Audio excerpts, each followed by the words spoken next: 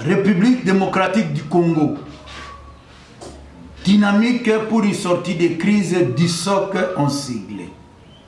Jour J-, 677 jours conformément à l'article 73 de la Constitution. Déclaration politique en rapport avec les discours du président de la République sur l'état de la nation le lundi 13 décembre 2021.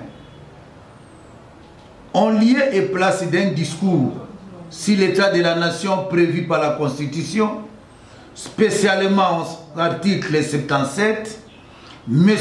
Félix Antoine Tshisekedi Tshilombo a livré au peuple congolais un message étalant ses aveux les plus complets d'impuissance et de capitulation sur les problèmes qui assaillent le vécu quotidien des populations congolaises et sur les velléités d'occupation effective du territoire national, de balkanisation de notre pays, d'abandon de notre indépendance et de notre souveraineté, ainsi que de pillage systématique de nos ressources naturelles au profit des pays agresseurs soutenus par des grandes puissances bien connues.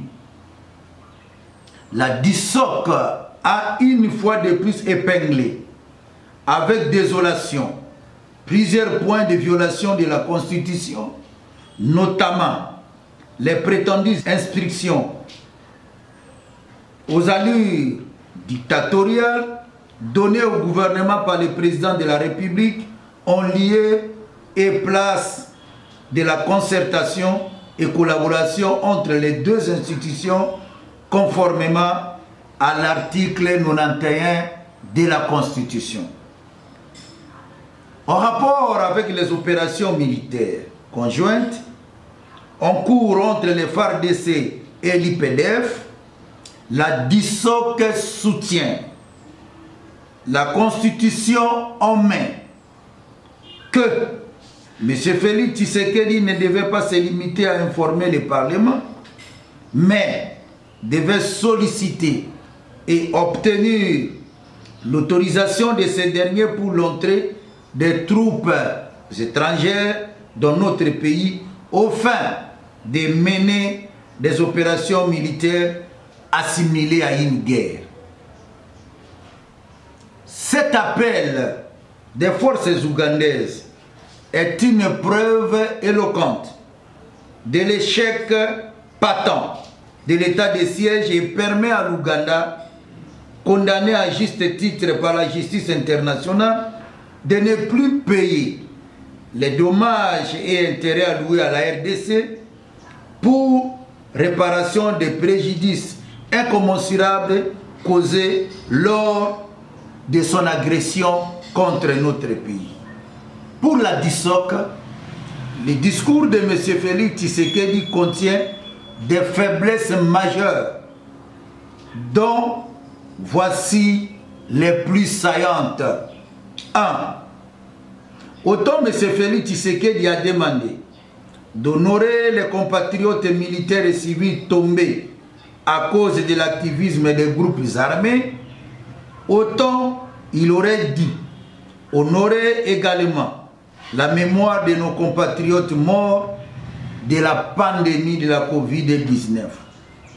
2. Pas un mot sur la durée exacte des opérations militaires conjointes RDC-Ouganda au regard de l'expérience malheureuse de la MONUSCO. 3.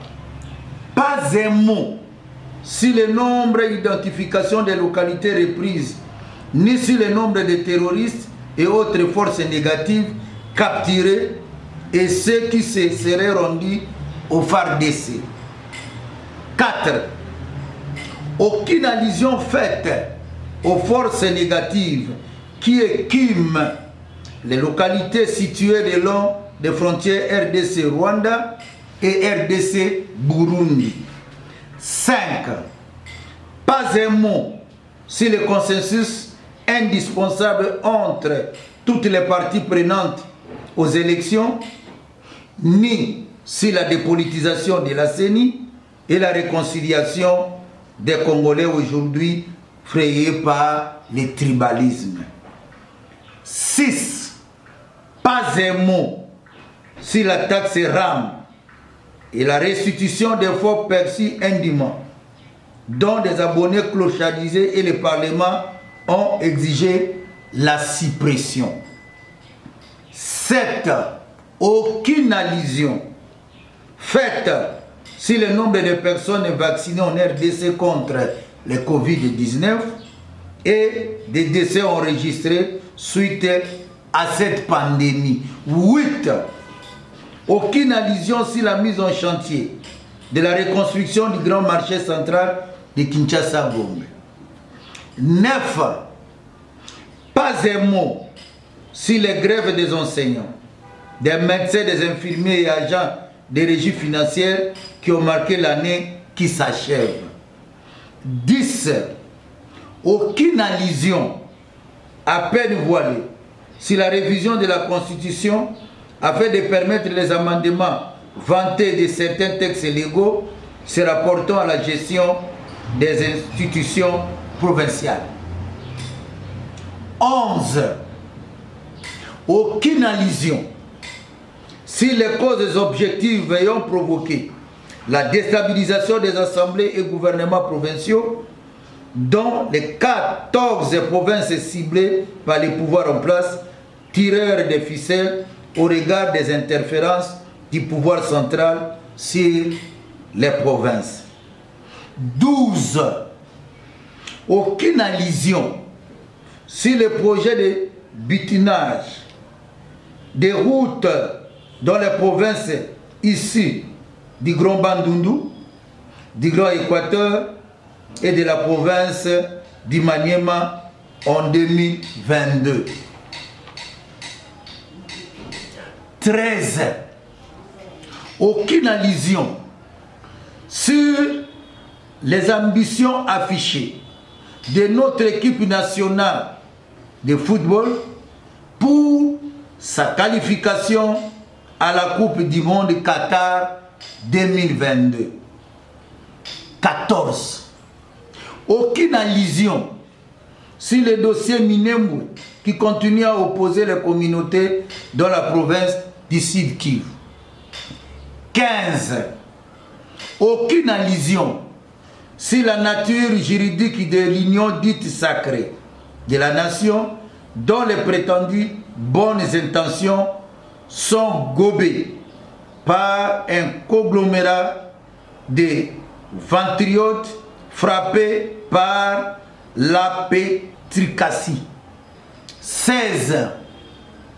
Aucune allusion faite sur l'entretien, la réhabilitation et la construction des routes de désert agricole en milieu rural. 17. Aucune allusion faite sur la fête des prix des surgelés annoncés et promise depuis belle lurette. 18. Aucune allusion sur la validation du document de politique nationale du secteur foncier ni sur les programmes d'aménagement du territoire. 19.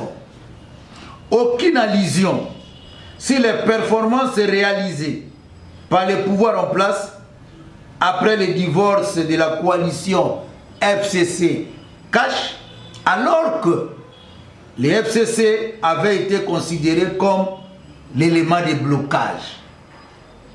20. Alors que le patriarche fait docteur Etienne Tshisekedi Wamulumba Derez Mémoire a toujours considéré le débauchage comme un acte d'immoralité politique dont il a beaucoup souffert.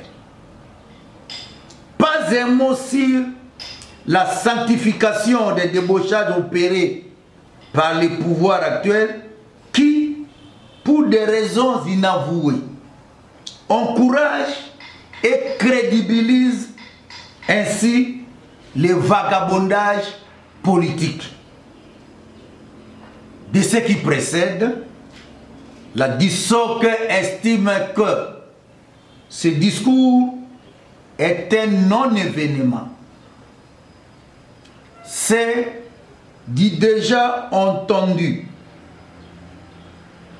une énième distraction imposée au peuple congolais par M. Félix Antoine Tshisekedi Tshilombo, dont le bilan de 3 ans au pouvoir est largement négatif.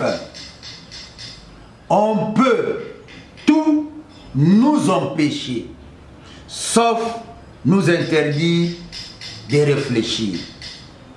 Fait à Kinshasa le 16 décembre 2021, le coordonnateur Jean-Pierre Lissanga Bonganga, président national de la Convention chrétienne pour la démocratie.